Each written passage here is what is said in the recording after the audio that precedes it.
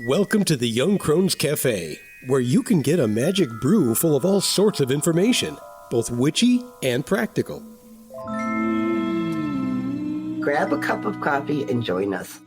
I'm Elizabeth, a wordsmith. And I'm Dave, a modern-day sage. We are going to talk about various witchcraft and life topics from a slightly more mature perspective, at least most of the time. Thanks for joining us.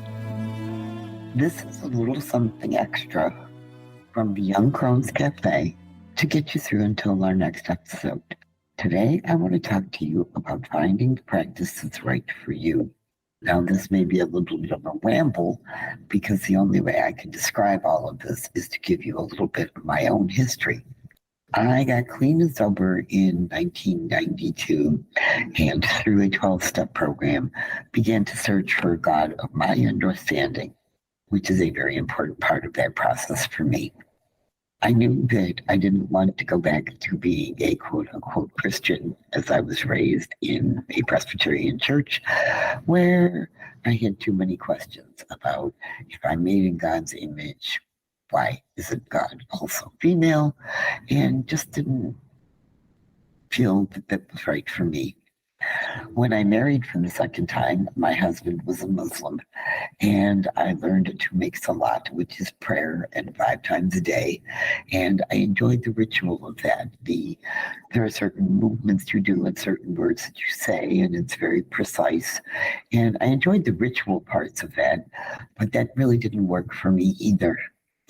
And through a serendipitous or a synchronicity or whatever, I was reading a murder mystery because I love murder mysteries, and the detective turned out to be Wiccan. And they described what Wicca was, and the beliefs seemed to fit how I thought about how God should be. And being the voracious reader that I am, I started reading everything that I could find about Wicca. Amazon was available by then, and the internet was coming into its own. And I found a lot of information, some of it wonderful, some of it horrible, and began to do little things. Fast forward a couple of years, and I found a metaphysical store where I could get the herbs and crystals and things that I felt I needed to be practicing. And through them, I hooked up with a local coven that was a teaching coven. And the way they did things was you studied with them for a year and a day, which is very Wiccan. And at that point, you could apply for full membership in the coven, which I did.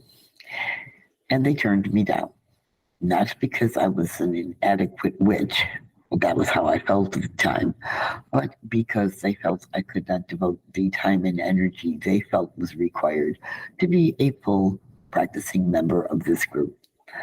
So up until that time, I had been what was called a solitary practitioner, which is someone who practices by themselves. And that's a wonderful way to practice. Nobody tells you how to do things a certain way, and you don't have to be part of a group and fit your beliefs and things into it, as I had tried to do.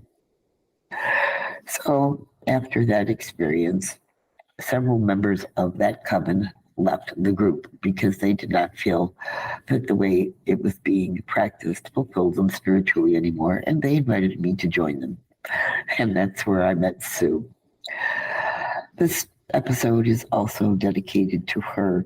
She's been gone a year, and her spirit is with me and Dave, and she nudges us regularly to do things and get things done, and smiles when we get along, because Dave and I had always had her kind of as a buffer and translator, and so on. So in any event, met up with Sue and this group, and we began to do a lot of rituals that focused on what is now described as shadow work, that darker part, because Wicca for us, at least our experience of it, had been where everything was all focused on light and good and wonderful and happy and finding a pantheon and a whole lot of things that really didn't work for us. So over the years, we've had various people work with us. The other original members drifted off to follow their own paths, which is great.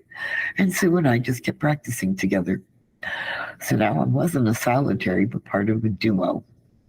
And over the next 20 years, we practiced and discovered what worked, what didn't work in a whole lot of ways for us, and eventually started creating what came to be the tradition of the path. Through a lot of discussion and practice, we developed a series of rituals. We figured out that what we believe in, as we've talked about in some of our other episodes, is the cross-quarter Sabbaths are not a day, but a season, and created rituals and things to do around them, which we did together for several years before she passed. And now she's passed. And I turned back into, I guess, what would be a solitary witch again. My practice is very different than the first time I was a solitary and trying to figure out what I wanted to do. Today, I am adapting our rituals for my own use and discovering they work just fine for a person alone as opposed to some other people. Dave, the sage, and I do the occasional ritual, so I guess I'm more of a semi-solitary than anything else. And of course, we have this podcast where we are sharing about the tradition of the path. So let's talk about some of the different types of practices that are available. Of course, there's the full solitary. There's a bunch of benefits to being a solitary witch. You get to create rituals that work specifically for you alone. You get to do spells that work for you. You get to figure out what you want to practice and how you want to practice it. And it's a lot more work sometimes, which is one of the downsides of being a solitary, because there's nobody else to nudge you and remind you that the full moon is next week and maybe we should do something. Or the cross-quarter times are changing and maybe you should do that series of 3 rituals. It is easy to slip, for want of a better word, into saying you're a witch and not doing things, which is why today I make sure to do something on a daily basis that reminds me I'm a witch. You could be part of a coven, which is also wonderful. It's great to be part of a group of like-minded people who get together to celebrate the passing of the seasons or the moons or whatever. And you don't have to be responsible for creating ritual all the time, for finding the herbs that you need for that ritual for the Housel celebration. And you can just show up and participate if that's what you choose. There's a lot of pagans who like that, witches too. Or you can be, as I have become, a semi-solitary witch, where you do a lot of things on your own, but still occasionally do things with other people. Whatever you choose to be is perfectly fine. I am here to tell you that your practice will change over the years, that you may be part of a group for a while and then stop. You may find a group after being solitary for a long time and change what you do. That's the great part about being a witch. We get to pick and choose not only what we do, but what kind of practice we want to have. And whether it involves one person, 10 people, a crowd, or just you, it's perfectly fine. In the meantime, I do want to honor my friend today. I can say she was the reason that I would get up and continue creating the path tradition, figuring out what my beliefs were through major discussions and minor discussions over endless cups of coffee, trying out rituals and discovering in the middle of them that this was not what we wanted at all, or finding things that actually worked and having someone to rejoice with me, someone to kick my ass and remind me that I am a witch and why didn't I think about doing a spell, or just to be my friend. So today, in honor of Sue, I'm going out and light a candle on my back porch because where I stay, we can't light things inside. And even though it's snowing, it won't matter. And just sit for a minute and remember why I became a witch and why I stayed being a witch and why I continue to be a witch today, because it is what brings me the most joy and the most struggle. So, to Sue and to all the witches out there, know that there is a candle burning for you.